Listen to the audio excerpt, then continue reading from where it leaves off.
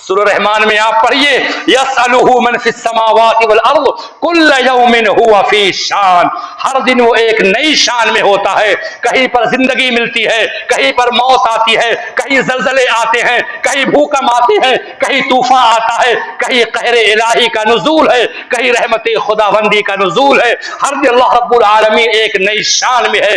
تو امام ابو حنیفہ رحمہ اللہ نے کہا جو شخص یہ کہتا ہے کہ میں رب کو نہیں جانتا وہ کدھر ہے؟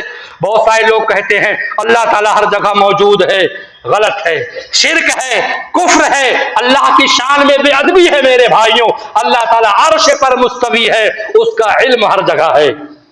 کہا وہ شخص کافر ہے، کیوں؟ اللہ نے کہا رحمان عرش پر مستوی اور اس کا عرش 7 آسمان پر ہے۔ کہا اگر وہ یہ کہہ دے میں نہیں جانتا کہ وہ عرش کہاں ہے، وہ عرش زمین پر ہے کہ آسمان پر ہے، کہا تب بھی وہ کافر ہے۔ کیوں؟ کہا رب العالمین نے قرآن میں فرمایا سورہ ملک میں اَأَمِنْتُم مَّن فِي السَّمَاءِ، کیا تم بے خوف ہو گئے اس ذات سے؟ من فی السماء، فی کے معنی تو میں ہوتا عربی میں، لیکن علماء نے مفسرین نے کہا کہ فی کبھی کبھی علا کے معنی میں ہوتا ہے۔ کیا تم بے خوف ہو گئے اس ذات سے من فی السماء جو آسمان پر ہے، ان یخسف بکم الارض، یہ کہ وہ زمین کو دھسا دے، وہی التمور، اور وہ زمین ہلنے لگے، ام امنتم من فی السماء ان یرسل علیکم حاصبا، کیا تم بے خوف ہو گئے اس ذات سے جو آسمان میں ہے، ممکن ہے کہ تمہارے اوپر وہ پتھروں کی بارش برسا دے۔ 2 آیت کریمہ یہ اور بہت ساری آیات ہیں جو اشارہ کر رہی ہیں اللہ تعالیٰ 7 آسمان کے اوپر عرش پر مستوی ہے، قرار پکڑا ہے، جم کر کے وہ بیٹھا ہوا ہے۔ چنانچہ اسی طریقے سے ایک حدیث پیش کر کے بات ختم کر دوں گا، وقت ہو چکا ہے۔ اللہ کے نبی صلی اللہ علیہ وسلم کے سامنے حضرت معاویہ بن حکم سلمی آئے، غمزدہ ہو کر کے آئے، غمگین ہو کر کے آئے۔ کیوں؟ ان کی خادمہ سے ایک بکری گم ہو گئی تھی، اور ایک تھپڑ، ایک تماچا انہوں نے اپنی خادمہ کو ایک تماچا رسید کر دیا۔ انہیں غم ہوا، افسوس لاحق ہوا، اللہ کے نبی صلی اللہ علیہ وسلم کے پاس آئے، اپنے اس واقعے کو بیان کیا۔ اللہ کے نبی صلی اللہ علیہ وسلم کے طریقے انداز سے صحابی کو ایسا محسوس ہوا کہ آپ اس واقعے سے ناگواری محسوس کر رہے ہیں۔ صحابی نے کہا یا رسول اللہ افلا اعتقھا، کیا میں لونڈی اور خادمہ کو آزاد کر دوں؟ اللہ تعالیٰ میرے گناہ معاف فرما دے۔ اللہ کے نبی نے کہا جاؤ اس کو لے کر کے آؤ۔ صحابی دوڑے ہوئے گئے، اپنی خادمہ کو بلا لائے۔ اللہ کے نبی نے اس سے 2 سوالات کیے۔ پہلا سوال آپ نے یہ کیا این اللہ، اللہ کہاں ہے؟ خادمہ نے کہا ہوا فی السماء، اللہ آسمان میں ہے۔ ہر بندے کو معلوم ہونا چاہیے اللہ آسمان میں ہے۔ پھر اس کے بعد آپ نے پوچھا من انا، میں کون ہوں؟